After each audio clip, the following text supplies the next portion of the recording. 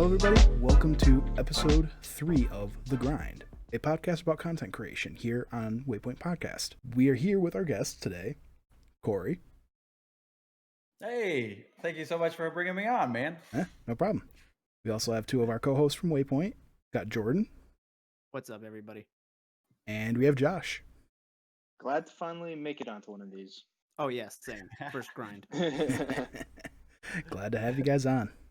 So, Corey, before we get started, give me your elevator pitch. Tell us what you do and where people can find you. Yeah, so my name Corey Cudney. If you haven't heard of me, I like to always to say my 9 to 5 on the daily basis is I am a game developer at the largest independent game studio here in Austin, Texas, Certain Affinity. That being said, I'm just a video editor for there, which leads me to my little side gig. I host a podcast called the Just an Editor Podcast, where we bring on editors from, movies, TV shows, anything like that. We've got the guy who edited all the Captain America and Avengers movies. We just interviewed somebody who worked on Rick and Morty, Harley Quinn show, a bunch of cool stuff like that. My other gig, which is what most people probably know me from, is that I do most of the GIFs for Kinda Funny and What's Good Games over on Twitter. There's some really cool people pumping out really cool GIFs that aren't me, but most of the time, if you see a GIF on Twitter or anything like that from Kinda Funny, it was probably me, which is very cool. I also make some videos for them. I also do some music video stuff. So, it's a busy life I lead, but that's me in a nutshell. Jack of all trades, it sounds like. Yeah, exactly. GIF Daddy Where do you himself. find the time to sleep?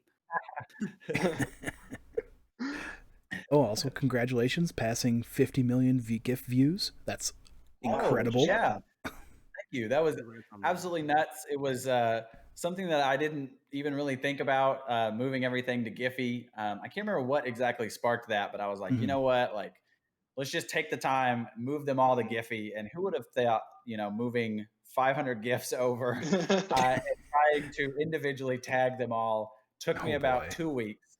But it was nuts. It was crazy. And then the community gave me all that work back in spades, where in under 3 months we got 50 million views, which is nuts.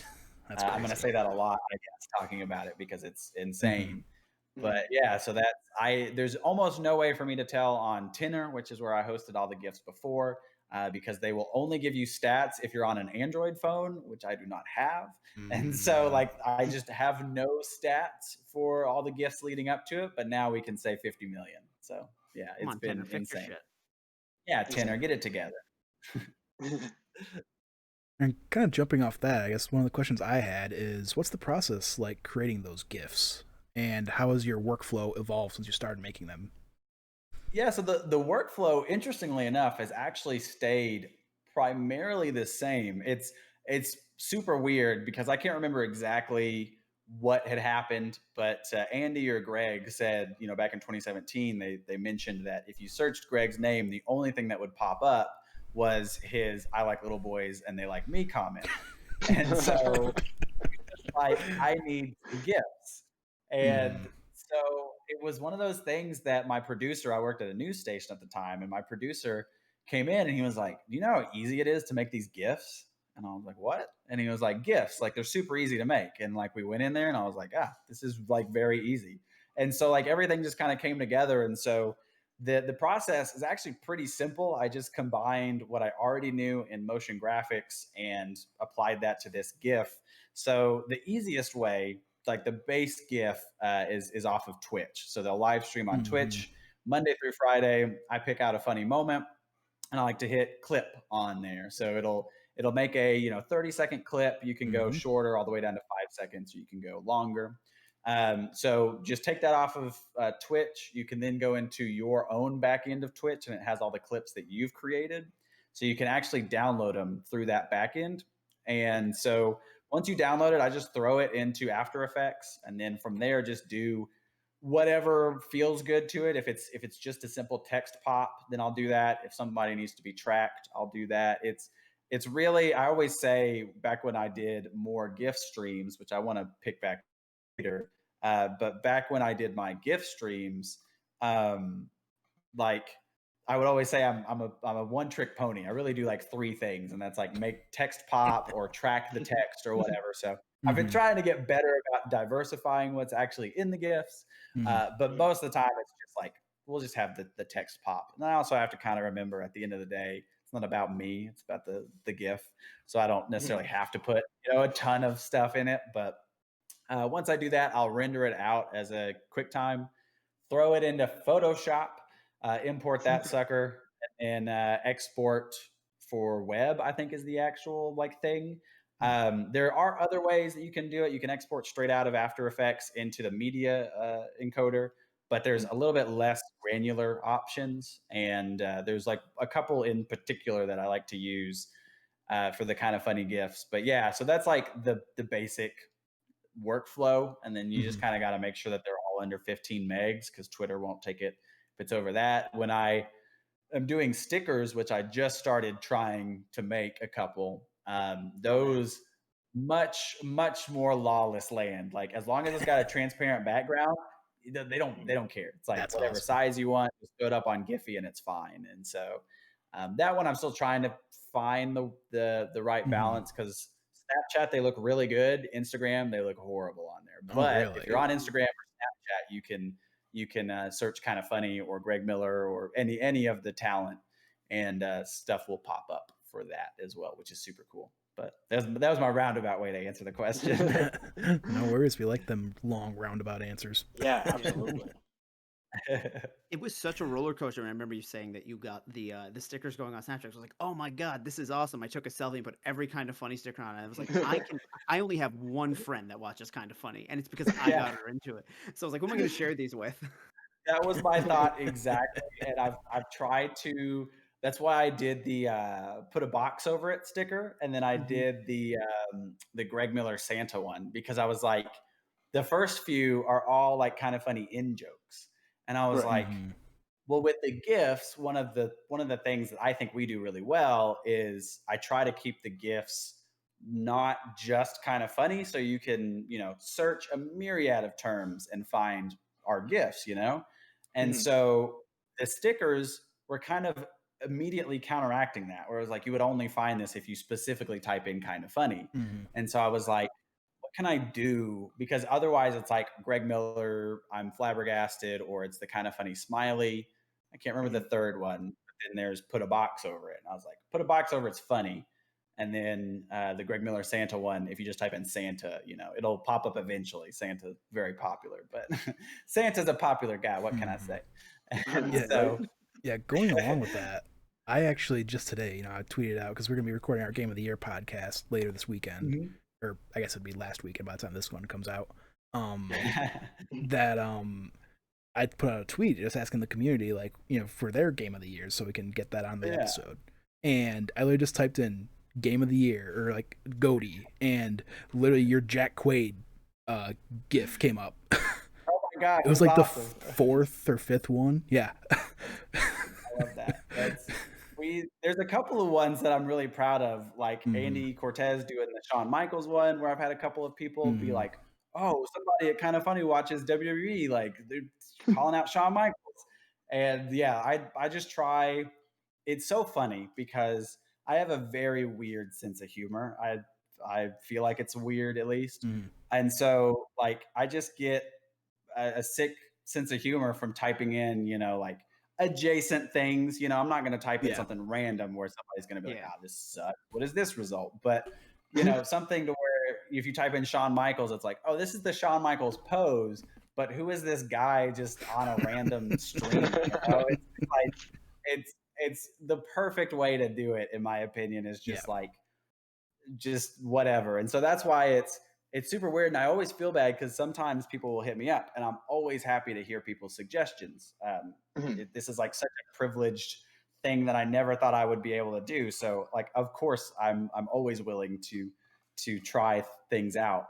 And sometimes like for me, it just doesn't happen. And I've learned that I can't like force them, which is such a weird thing. There's like something to quantify that I don't know what it is yet, but it's like if I get it like the moment and it's just not clicking for me, it just doesn't work for me. I don't know what Mhm. happens or what Hmm. doesn't happen, I should say.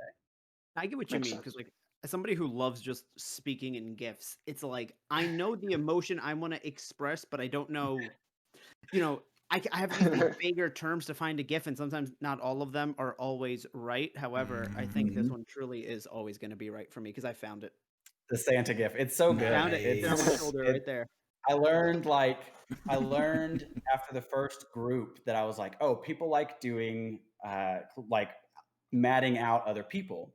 And so like that's a super popular sticker thing to do. And so I was like, okay, well, we're about to go into Christmas. Like what is something, that you could technically use a lot? And that Santa Claus one, I had luckily, going back to the Twitch thing,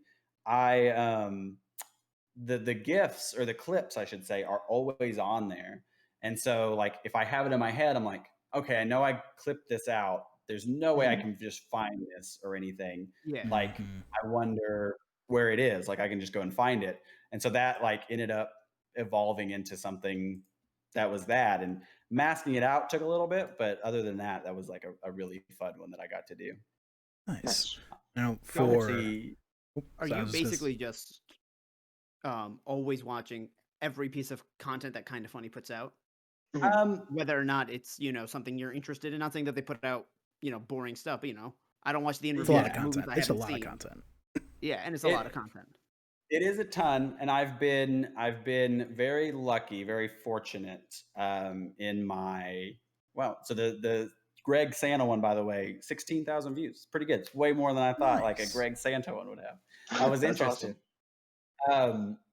So I'm very lucky and very fortunate that ever since I started the GIFs, I've worked at a place that allows that to be a thing. At first I was at the news station. I wasn't very creatively fulfilled. And so it's like, I'm making a commercial or whatever. I'll just have them on in the background. And if something happens, I'll clip it out. We'll go.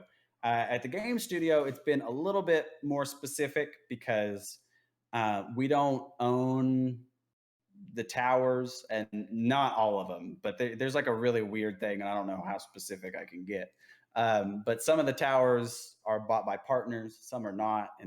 And plus you're doing it on company time. So it's like, it's like a little bit more specific of like, okay, don't do them on the company computer, do them on a laptop, which I was also fortunate enough to get by making a kind of funny thing. I ended up being able to get a laptop, which is a funny, like full circle thing. And so like do them on that. And then, just make sure that you're not like, take like a lunch break or whatever. So a lot of times I will eat while I'm working. So I know I can watch Kind of Funny and make them on that time, if that makes sense. Oh, for sure. So it's actually super funny. I feel very guilty all the time because you can very easily see which content I watch and which content I don't. Because Kind of Funny Games Daily almost always gets a GIF or multiple sometimes for the most part. And like Internet Explorers has gotten a lot of GIFs. In Review used to get a lot of GIFs, but for some reason transferring to working from home, I've started walking like out of I'll watch Kind of Funny Games Daily, and then I'll go out and walk, or I'll hit up Ring Fit or something like that. And so it's like I can listen to In Review or I can listen to whatever, but I won't be able to clip anything out. So that I most of the time rely on somebody like Kebabs or somebody like that that will send me a clip and be like, oh, this thing happened. Like, I think it's really funny. Like, can you take a look? And I'm like, yeah, sure. And so most like Games Daily, I'll always tune into just because I'm fascinated by the games industry. I'm in the games industry. I like to keep an eye on things and everything. And then, Internet Explorers, KFAF, stuff like that, I will always also be able to take a look. But no, I'm not able to watch everything. But most of the stuff, I never take for granted that I am able to watch most of it, at the very least on in the background. Some days are super busy for me and I have to miss out, but most of the time I can tune in. Right there with you with watching in the background or having it on in the background, because I work a desk job all day. So I take my lunch break specifically when KFGD is on, just so I can watch that. Yeah, exactly. I get an hour lunch, so It's that perfect Yeah, hour I block. think a lot of people in chat do that, and that's a pretty good way to do it, honestly. Mm-hmm. Sometimes Do I'll you even wait to like get through a little bit of housekeeping just so. You don't have to be there for 20 minutes sometimes. Yeah. Yeah. Well, I mean, I I'm have that still issue. listening. I'm still listening to it. It's just I'm not Mhm. like actively participating in chat or anything. Yeah, no, Right. yeah. Mhm. I try to listen to them on my break, but I only get 45s, but most of us take an hour anyway. And I always watch it. I always do it through Spotify. So I was just like, all right, if I fast forward through that part and I skip the ads, I might be able to finish in this hour. Yep. Yeah. Doing like quick math in my head, and then I count for like, oh, me pausing it to talk to a coworker. Yeah. If you watch the YouTube version, you can very easily tell where the ads are because it'll just cut to a one shot. Yep. And so you Right. can just like on the timeline, it's like, eh. Yeah. Exactly. Although sometimes their ads perfectly helpful. I cannot tell you how many times I've tweeted about this a lot, but there's been so many things in my life, probably too much information, but like Manscaped, MeUndies, Same the like here. Quip, stuff like that. It's I got like I'm myself a so Quip. happy that they Trojan had these. sleeve. The Trojan sleeve. I've heard that they're Brooklyn sheets. I just got new sheets from them.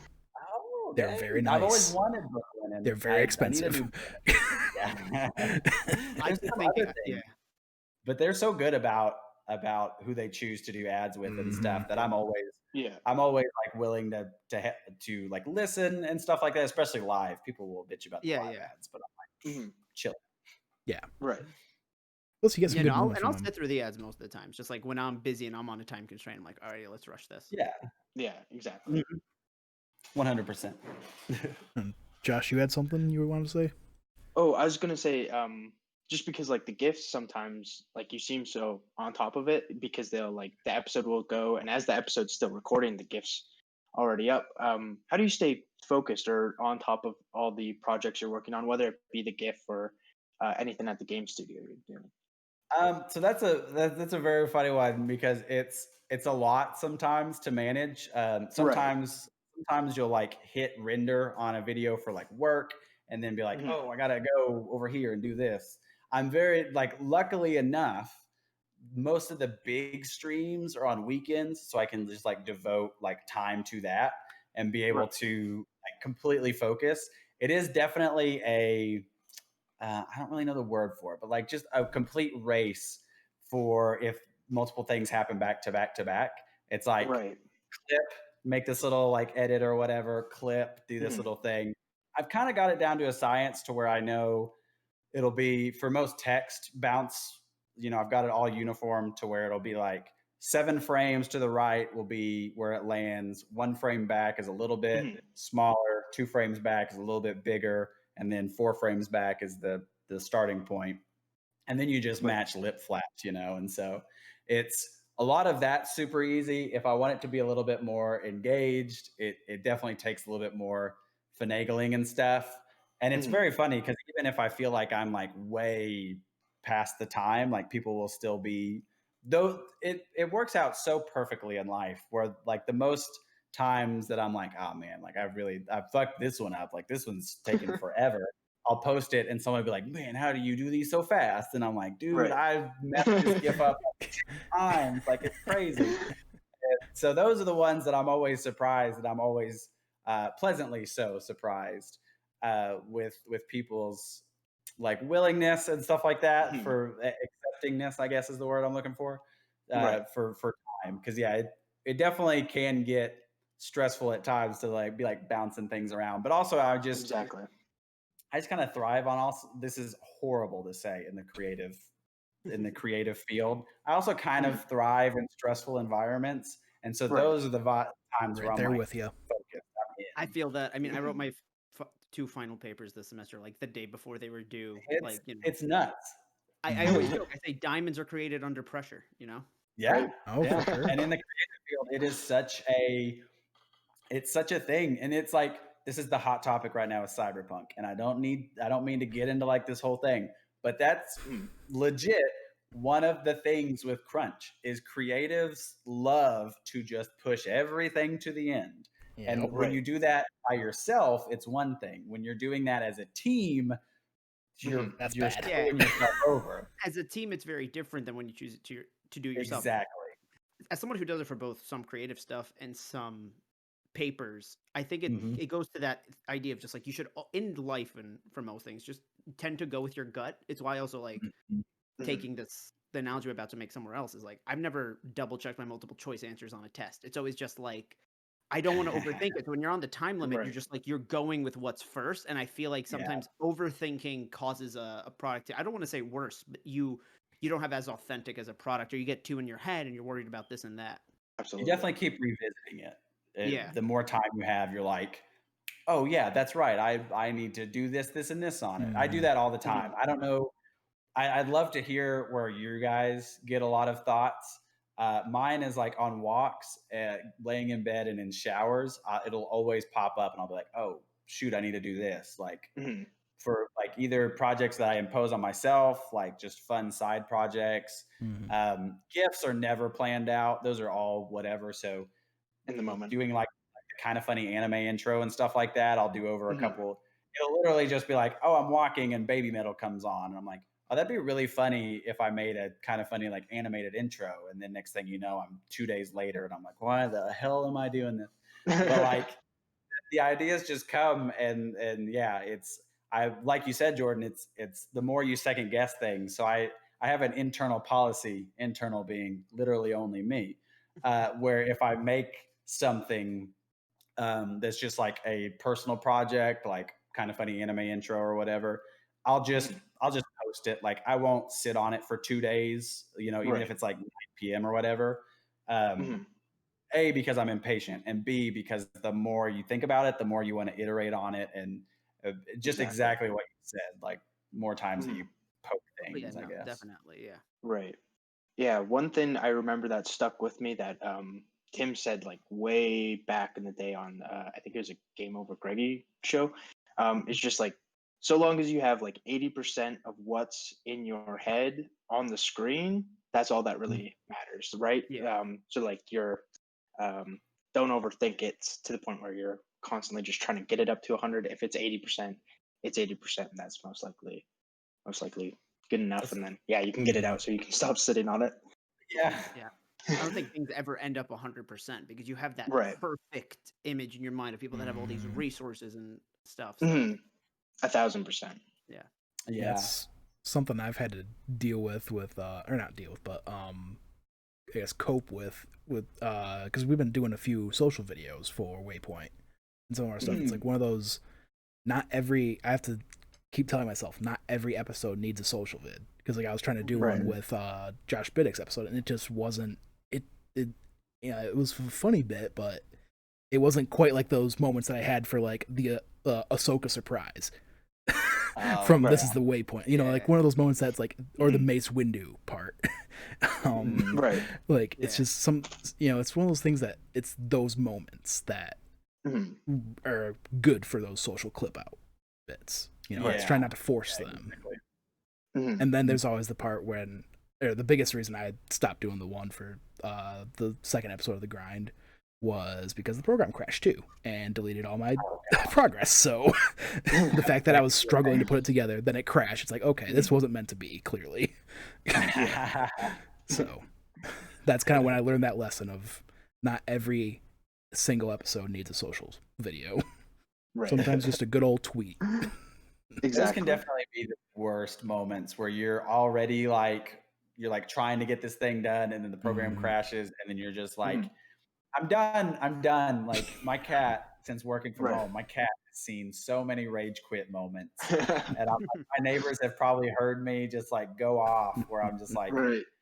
I'm gonna come back, and like it's happened with gifts specifically a couple times where I'm like, I'm gonna come back and do this because I believe that the moment is funny, but it's Right. like it just will kill your enthusiasm for any No. project really. Mhm. Yeah, definitely. Is there a Yeah. favorite gift that you've ever made? Ooh, that's a good question. Or like I don't. honorable mentions? Yeah, I mean the first one's still really good. The my name's Greg Miller. I'm the champ, and I endorse this message. Like that's a funny one. mhm. I like that. Um, dang, like there's definitely some, and I just can't even like think of them. Let's take a look real fast and I just know. see because While there's you're, I was just saying, while you're looking, one of mine, like just talking with you, one of the ones that came to mind was the Gary Whitta with the water.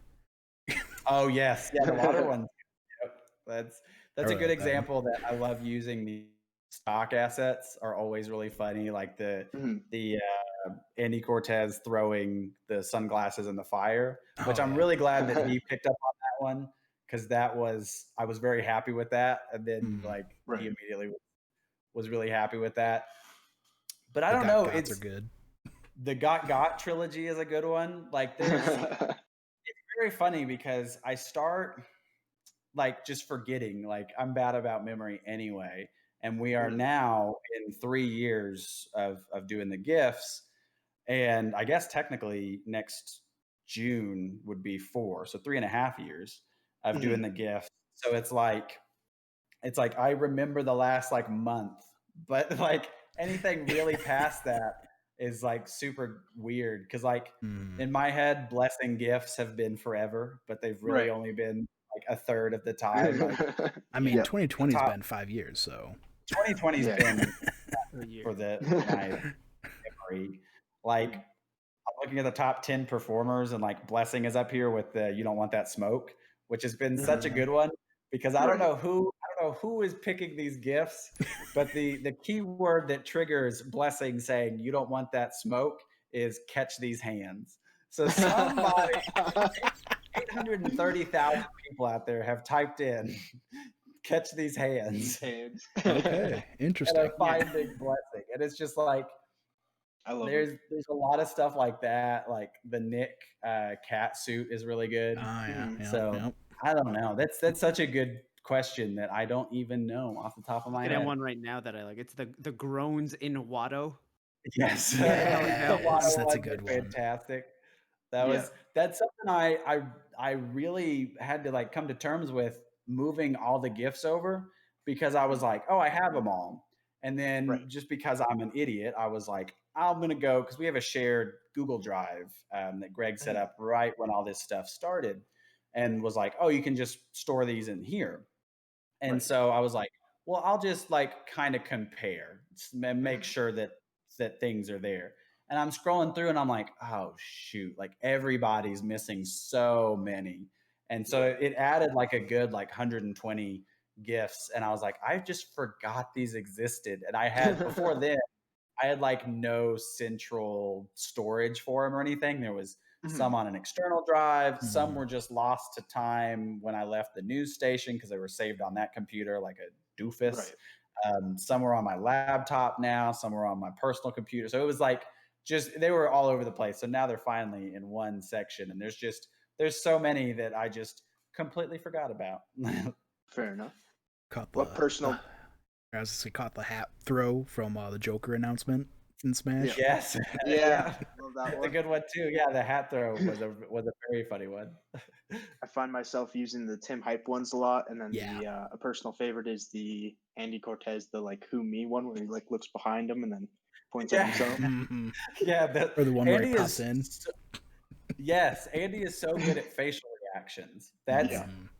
a lot of people have different strengths Mhm. specifically for the gifts, and like Andy's is definitely facial reacts, and he'll do a lot of silent reactions while other people are talking, and those are Right.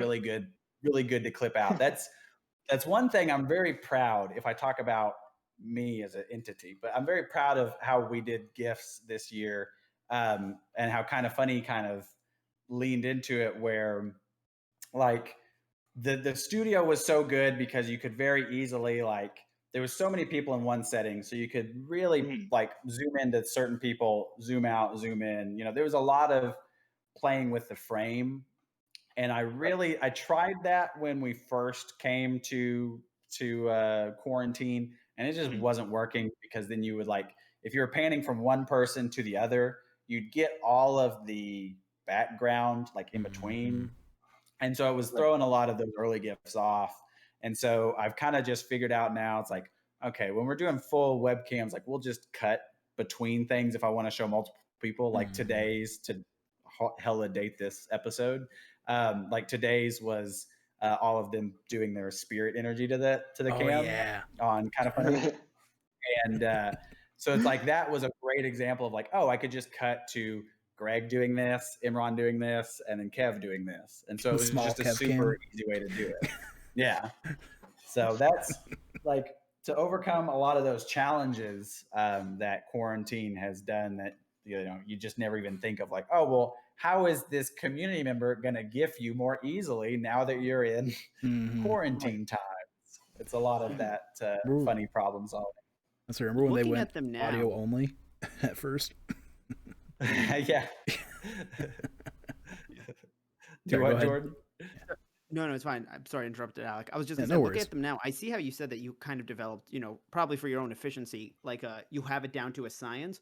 But I feel like that also works that it gives you like your own distinct, like it's a signature type of thing. It's like your art style, Yeah. for lack of a better word. Mhm. But it gives Right. them a personality. You could tell they were all made by the, you know, one person. Yeah, that was Was that definitely something that.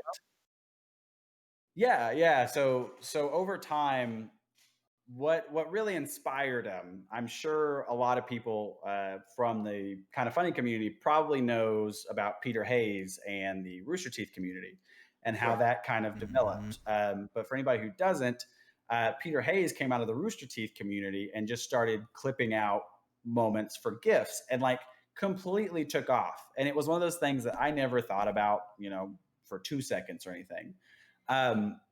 And Peter did a really good job about doing them quickly and about getting them up like as soon as the moment happens, bam. The only thing, and you'll see that Peter has changed this over time. The only thing is at the beginning there was like no subtitles, or if there were subtitles, they were very basic, like movie subtitles, like boom, plastered in the bottom. Nothing really changed. And then for me personally, this could be like revisionist history, but for me personally, what changed was the GIF house, Funhouse's GIF maker, wouldn't focus on speed, but would focus on the animation and would have the titles pop up. And speed wasn't necessarily a factor for Funhouse because all of their stuff was pre-recorded, posted anyway. So a lot of his stuff was just posted with these animations. And so not only were you getting the joke of the moment, but you were getting that added joke with the, you know, either title animation, or you were getting the joke in, you know, added effects, stuff like that. So without really knowing it, and now that we're 3 years removed, Corey from 2017 kind of just combined those two, where I wanted to focus on the efficiency and the speed, but then also use After Effects, which at the time I'd only been using After Effects for about 6 months.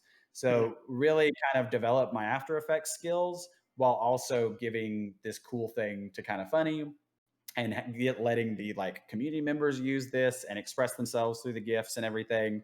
And so that really developed over time of going to just whatever I think would work for the scene to now most all of them have that bounce quality to them, unless it specifically works for a moment, a bit. Like the "We Are Kind of Funny Motherfuckers" one from Extra Life, where instead of coming in from the back, it comes in from the front, and then I add opacity. But it still has that bounce quality. So yeah, I feel like that has been my personal signature, and that's an easy way to tell if I made the Kind of Funny GIF or not.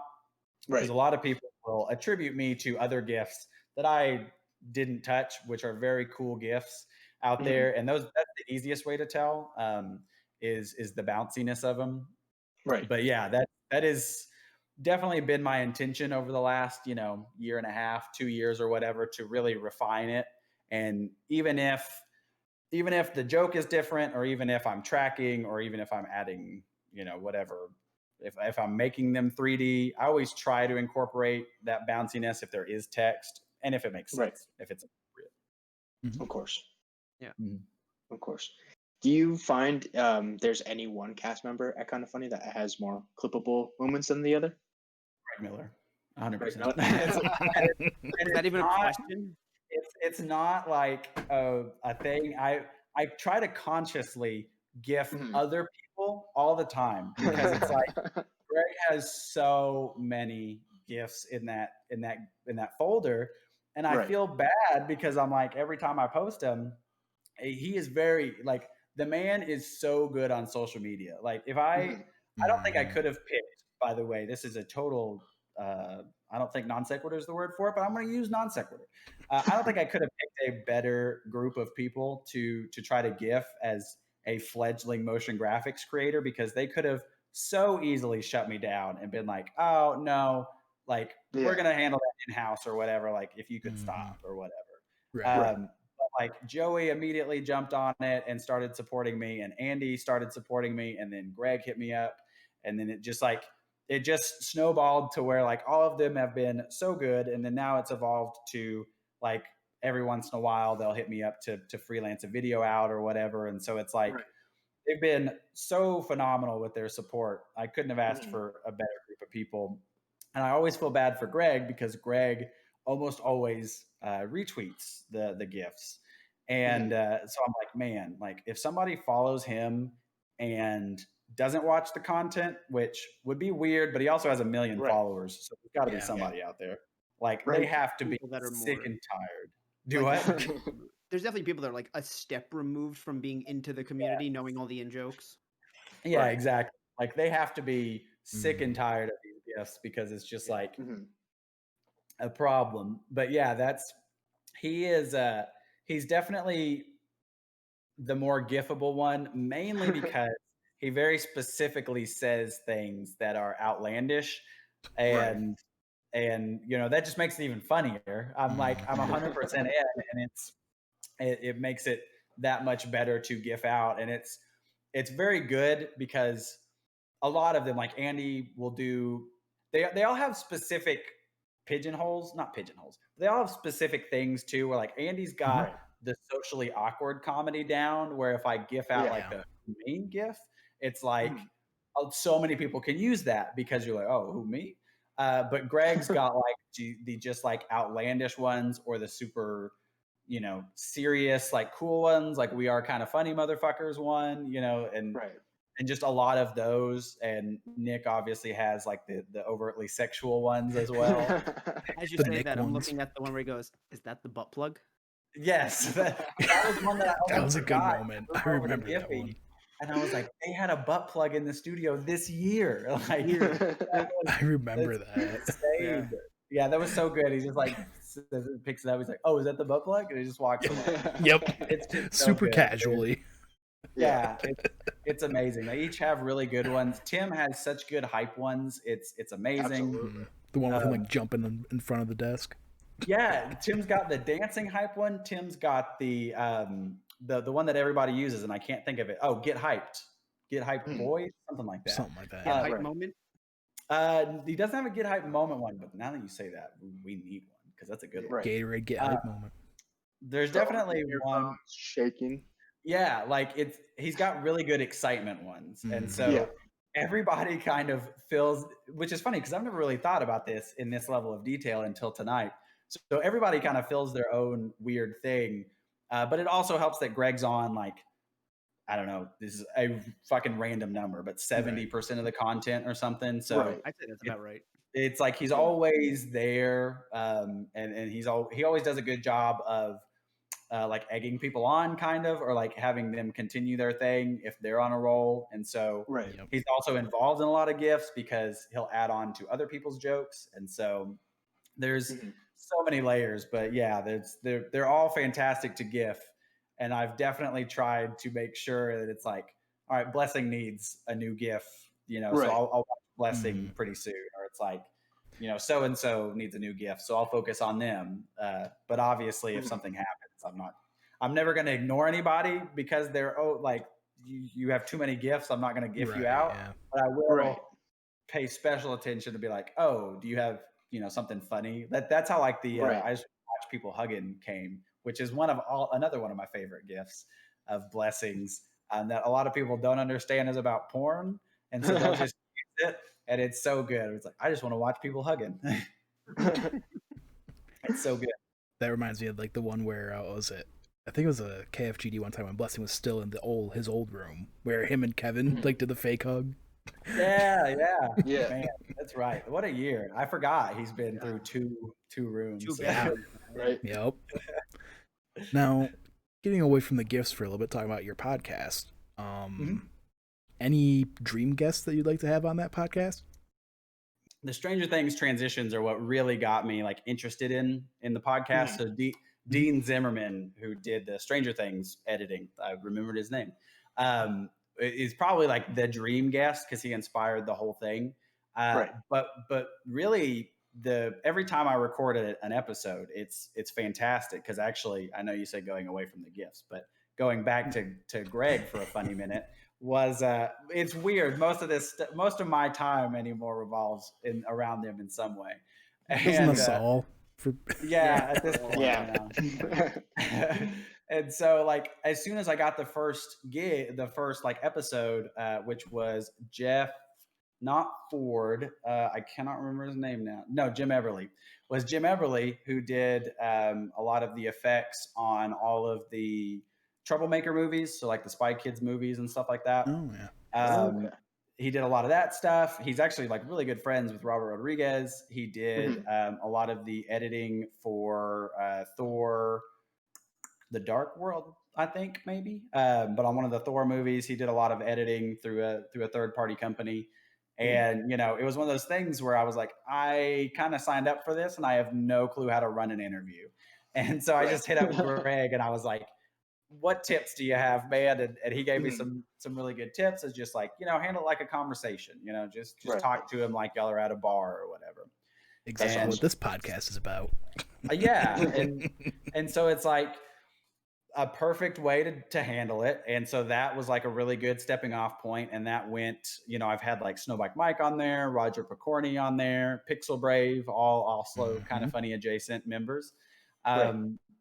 As well as Jeff Ford was like the big one who did all the Captain America and all the Avengers movies. So talking to him was really cool because it was just like, I don't know how I landed this interview, but this is like awesome.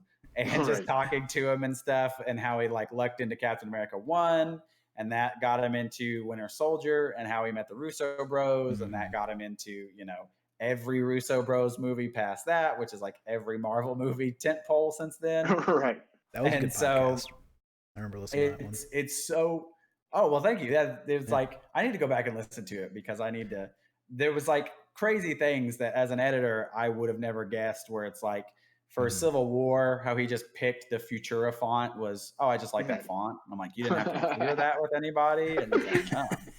And so it was just like it's a lot of conversations like that where me as an editor for now 8 years. It's like I look at movies and I'm like, oh, these are like unattainable goals, and it's like, no, like they just do what I do for a bigger scale, and it's way less daunting than you really think because everybody, especially in the movie industry, because everybody's got their own role, and you cannot step out of those boundaries for union reasons, and so it's like.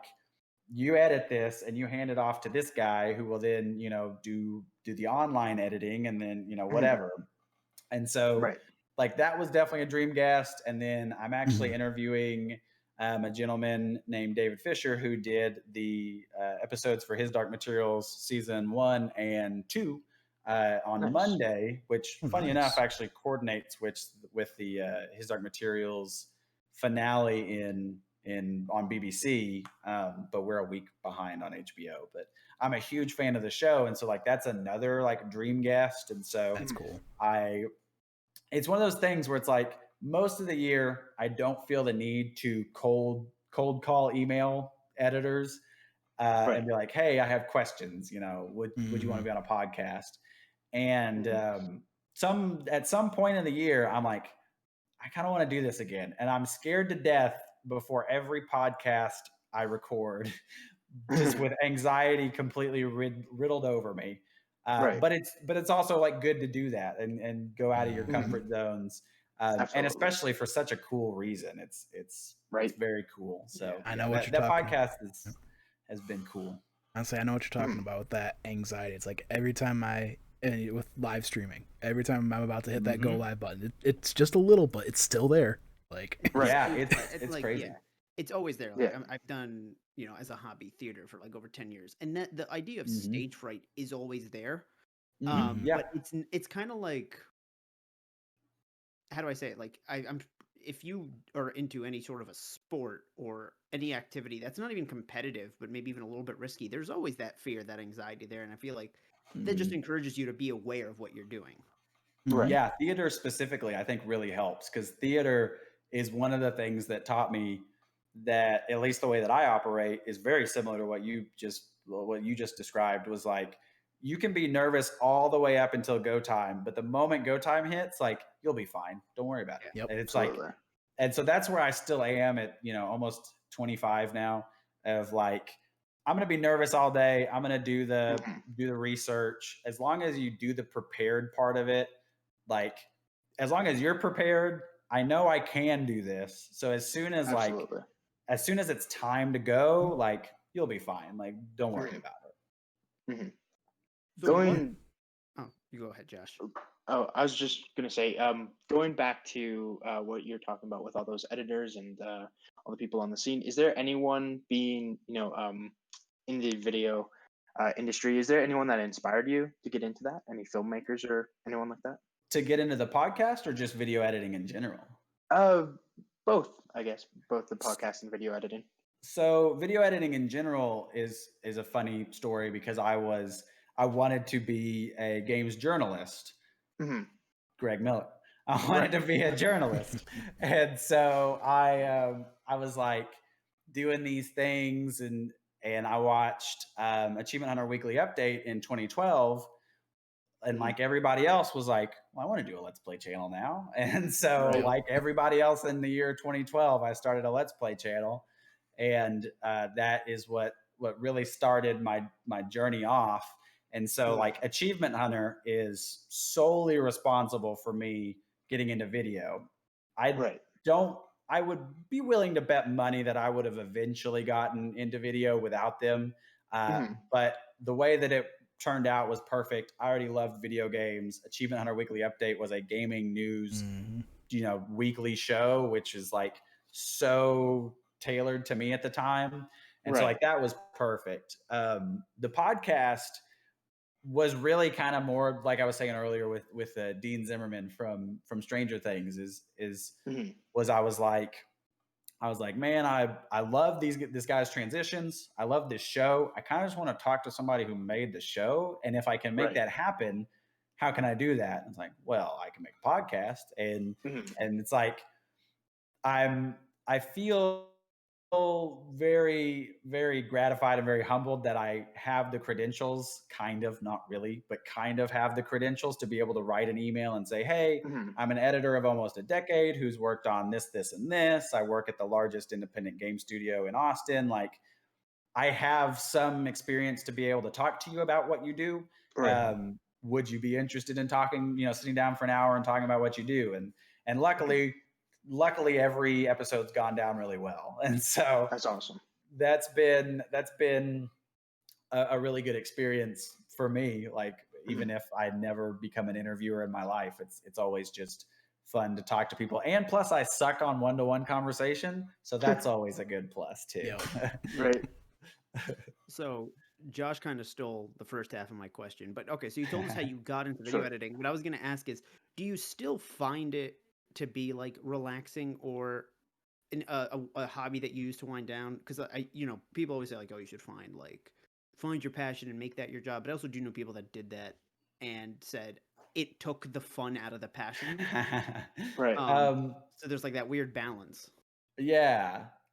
So for me, luckily it's still what I love. And it's very cool because like a perfect example is yesterday at work. We're doing a video that is going to go public eventually. It's just a tour video. It's not anything I can't talk about. But it's like we're working on it and we get to this point where I'm like, oh, this is really good. And then I ship it off and I haven't felt very inspired by the project is a good way to put it. Where it's like, working in video games, it's very cool because for a long time I was editing video game footage. And so like, that's always really cool. I don't know anything about, these new features that are being put in the game. I don't get to play the game, super often or whatever. So it's it's always cool to get to see this new footage. But for this tour video, I wasn't like super inspired or anything, but I was doing it. That was something I came to terms with in the first year of video editing is now that it's your job, like even if you're not feeling it that day, like you still have to do it and you still know how to do it. So like you can still do it. Some days you'll get better performance out of me if I'm inspired and I'm happy. But there's also, I made a tweet yesterday, which is so true, which is if I've learned anything in my professional career, it's that people like to work with people who are flexible and are ready to work, with good attitudes. And that's just something that it's like, I'll go to bed if I'm not feeling a project, knowing that tomorrow, I'm going to sound super corny. I'm so sorry. That tomorrow is a new opportunity. And if I have that in my mind, like, okay, I'm ready to wake up and do titles tomorrow or whatever. Like it's going to be boring work, but I can throw on music. It's going to be whatever. Anyway, fast forward to yesterday. It's like 3:00 or whatever. And we get this huge line of changes at 4. And we're like, well, shoot, like we need this done by end of day today. And so I'm like, okay, well, this kind of sucks. And something clicked in me. I don't really know what it was, but I threw on some music on Spotify, threw on my headphones, and I just had the time of my life for an hour making all these little changes. And by 6:30 or 7, it was done. And I was like, this is pretty cool. And so like, and granted, like it was all for the betterment of the video. That's another thing that is always important to learn is that don't ever marry your projects to where you won't make changes. Like always be ready to make changes because nothing that you do in a creative, collaborative environment, nothing that you do is the best thing since sliced bread. It's always open for, improvement and stuff. I don't know if I've ever made a video that I sent off for approvals or to get feedback and everybody was like, perfect, you nailed it first try, man, good job. Like there's always open, room for improvement. And so, yeah, I feel very good that I get to do what I love and it's still my passion. It's still my boss said this. He says it a lot, but that he feels very lucky that he gets to do for a living that what he would just be doing anyway. Like if I still worked at Best Buy like I did in 2016, I would still be wanting to come home and edit. And so the fact that I get to do it for an editing company and then somehow on the side I get to do it for this internet company that I love, it's like it is still 100% my passion. I don't know. Hopefully I don't ever burn myself out and run myself into the ground to where I hate it, but that is always a possibility in a creative field where I never stop, which is definitely a problem. I should take a break at some point. But, Absolutely. Now, we like to end all these podcasts with asking the guest, what's their game of the year so far? I would have to say Ghost of Tsushima. I absolutely love it. I'm a Sucker Punch fanboy. I said it in a million Twitch chats where I was like, I am not objective at all about this. Like leading up to the release, I was like, Sucker Punch, like Naughty Dog is amazing. Last of Us 2, amazing. I love it. But it is the exact same thing with Last of Us 2 and Last of Us 1 and Infamous 2. Where I always tell people my favorite game of all time, Infamous 2. Do I think The Last of Us is a better game in almost every regard? Yes. But I had way more fun in the Infamous 2. And Sucker Punch has never made a game that I dislike. So I was ready. I was ready for Ghost of Tsushima to come out. And it came out and it like hit everything. And like Sucker Punch games have such a little bounciness to them that I love, where it's like when you like crouch, you're like, this is Sly Cooper Crouch. Cause he's like crouching, but he's like kind of bouncing with each step. And it's good. I love it. And so, yeah, I love it. And then I posted this list. I know you only asked for the top one, but I posted this list on Twitter the other day. And I was like, look, there's a hot take in here. You just have to find it. And it's my game of the year, Ghost of Tsushima. Second game of the year, Hyrule Warriors Age of Calamity, baby. Nice. Third game of the year, Nice. Last of Us. But Age of Calamity like took me so much off guard. But Ghost of Tsushima is my game of the year, 100%. I need to go back because they just threw in those new costumes, but I've never played the Okay. co-op, and I think you have to play the co-op. So Yeah, I haven't played I gotta Legends get in yet. there. Oh yeah. I might have missed the list, but where did Bug Snacks rank? You know, okay. If you're gonna open this can of worms, I'm gonna tell you. I did not play more than an hour of Bug Snacks. I'm right and there it with you. has nothing to do with the poor Bug Snacks, but like it was like I don't know. It's the definition of a meme game where it was fun, 1000%. it was quirky, but it Mhm. just didn't like scratch that itch. And I had just finished Miles Morales, Yep. and I was like, okay, like so far we're on straight bangers. Astro's Playroom, Miles Mhm. Morales, Bug Snacks up next. I start Bug Snacks, and I'm like, it's fine. Like, No, Yeah. dude, that was literally my same lineup too. That I was gonna do Yeah. Astro, Oh, no, I then did the Miles, trifecta. and the trifecta. Yeah, I did Oh, all all I three. did those 3 Okay. games, but I beat them all. I mean, I was in bed for a I week, meant- so I meant Oh, to yeah. go back to Bug Snacks, but it's just one of those like I just haven't Mhm. gone back to And it now I'm because like, that I'm whole like- Fortnite thing. it's an for Yeah. you, but like, ooh, it takes a turn. That's why I want to play it to get to know what that turn like I keep is. meaning to go back. Like you hit the nail on the head, Al. Like I need to do it. Yeah. As a Alright. trophy whore, I'm going back for that plat. So Of course you 10 are, hours ahead of me. They keep sucking you back in. Exactly. All right. Well, Corey, thank you so much for joining us. Thank you. Pimp your stuff. Let people know where they can find you. So if you want to find me on Twitter, I'm at Corey Cudney on Twitter.